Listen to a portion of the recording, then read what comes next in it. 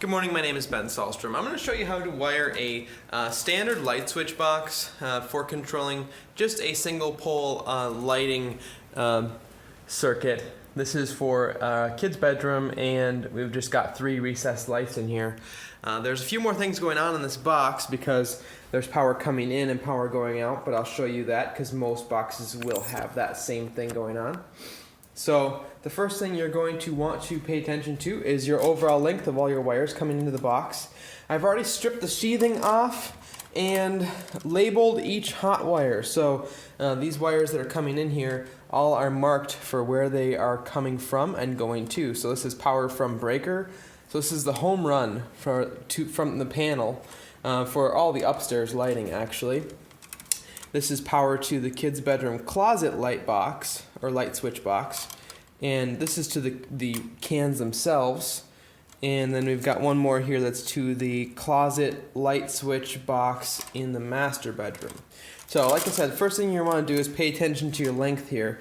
I try to get these as close as I can when I pull them into the box, but if they end up being a little bit long, that's alright. I'm just going to trim them back to where they come approximately 6 inches out from the box. I'm using my handle here as a reference for how long that is.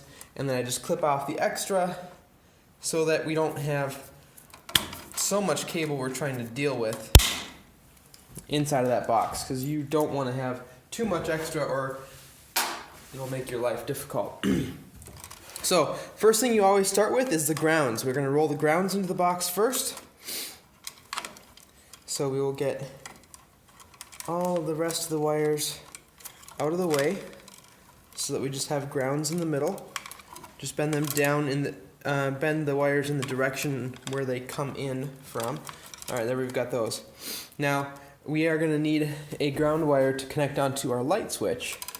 So we need to add 1 pigtail to this so that that switch has a place to ground. So I've got some insulated green wire here, and the reason we go with insulated is that when this connects onto your light switch, it's going to be a lot easier, or it'll be better, so that when you push the light switch itself in and you're folding this wire up, you don't have a bare copper wire that's threatening to short out onto another, like one of the screw terminals on the light switch itself. So that's why I use insulated wire if you can get some. And then we need wire nuts.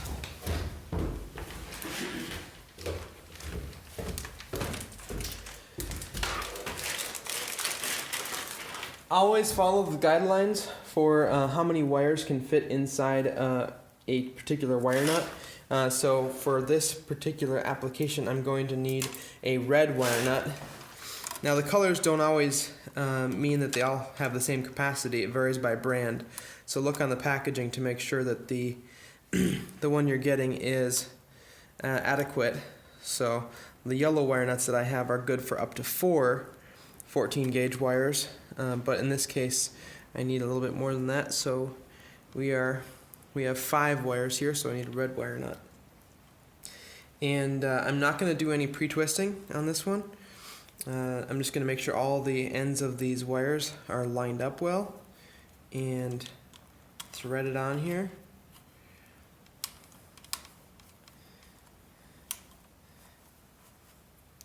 And since this one has the wings on it, it makes it a lot easier for twisting it. And I like to just twist it a little bit so we get a little bit of rotation just past the edge of the wire nut here, but that's about it. So now is probably the most semi-tricky part of the process. And that's just rolling these ground wires into the box itself without, you want to try to avoid any really sharp bends in the box as much as possible. But I'll get these rolled in here and then I'll get you a little better view.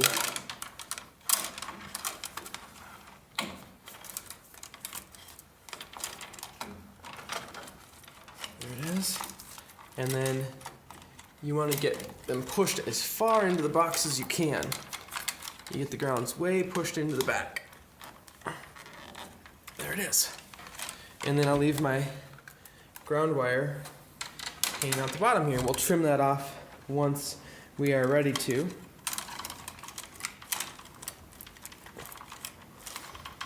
Alright, I'll get you a view inside the box here real quick. So there's what my ground wires look like, wrapped around inside of there. Like I said, you just get that as far back in as you can because you want to have as much room as possible. Alright, now it's time to work with the neutral wires. Now you do the neutral wires next because the neutrals are, well, they're ultimately tied to the same place in the panel as the ground. You still can't have any shorts to ground from the neutrals, but it's just common sense, especially in a light switch box. You don't usually need the neutrals at all. However, we are going to add one neutral pigtail to this, even though we don't technically need it for our standard switch, because if you ever put a motion sensor switch in here, you will need a pigtail, or you'll need a connection to neutral. Now you could just roll out, I'm stripping these back about a 1/2 inch, and again I'm going to need to use a red wire nut.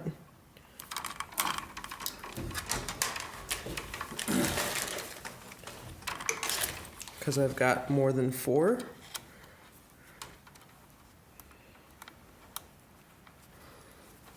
Make sure you get these all lined up as close as possible before you thread it on. Again, no pre-twisting here or braiding. You could take your pliers, I'll show you, and pre-twist by getting a hold of it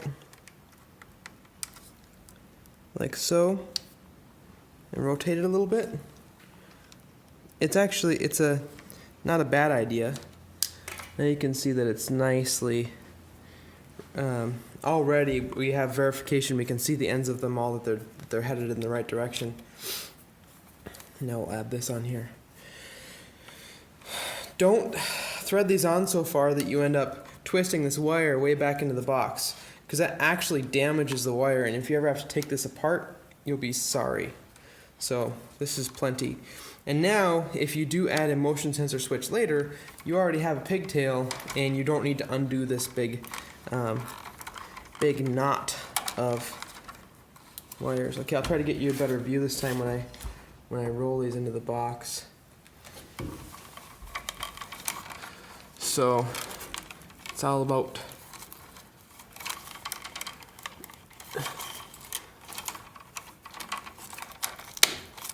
following a pattern, if you want to say that.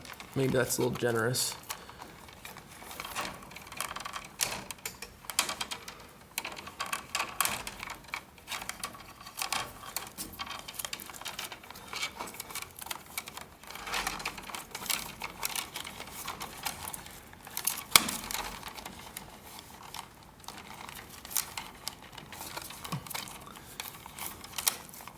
You just try to put the wire nuts themselves in different spots, kind of, in the back of the box, slightly, so that you can push them in, because they tend to take up a lot of space.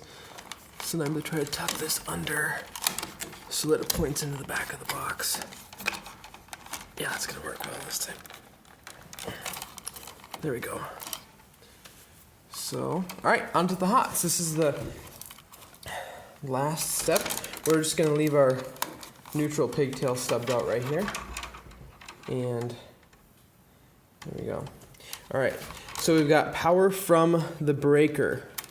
Alright, so this is going to tie on with the power to the closet light switch box, and here's the one that's for the actual lights in this room, and then this one's power to kids' bedroom closet light switch box.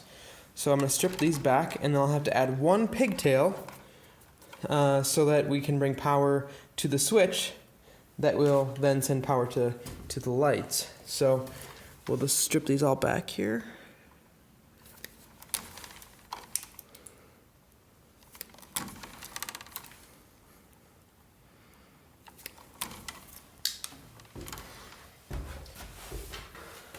And here's our black pigtail.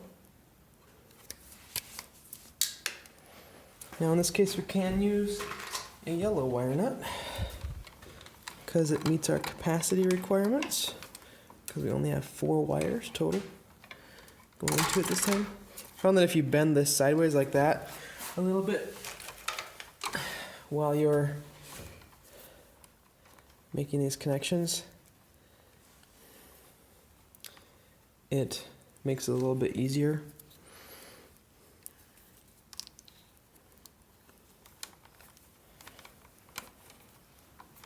Now this one doesn't have wings on it, so I sometimes use my plier here and just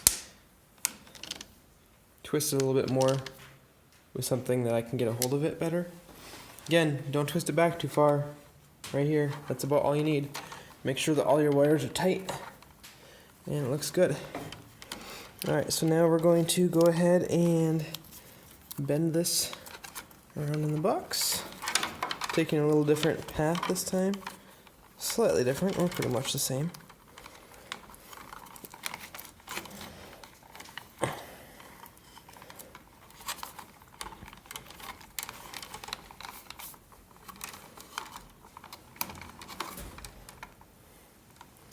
Alright. So now we've got all of those wires coming out right here. And this is our original, this is going to the lights again. So we're going to line all these up. I'm going to pull this down to here. And then we're going to clip all these off at the same point. These are the wires that will actually be going onto the switch itself. And then I'm going to strip back my hot wires because I want to turn on all of my circuits before sheetrocking to test them. So essentially, this is going to act as my switch, okay? So it's going to be like my switch is permanently turned on. I'm just going to put a wire nut on here, just like so. And I'm just going to lightly tighten that on there, because I actually don't want to twist the wires. I just want them to be connected. And then we've got our neutral wire here. And this neutral wire we do not need. Most likely we will not need it unless we put a motion sensor switch in here. So I'm going to rotate this in here, just like so. Get that one out of the way. And then this is it. This is what I have left. This is my switched power coming in and power going up to the lights. Those will connect onto my single pole simple switch. And this is my ground wire, which will also connect onto it. Wrap it around like that. And then rotate your wires without making any sharp kinks in it into the box, just like that. So now we are good to go. This box has been roughed in. And keep your wires away from the sides of the box as much as possible so that when they pop the roto zip into here, they don't damage the wires.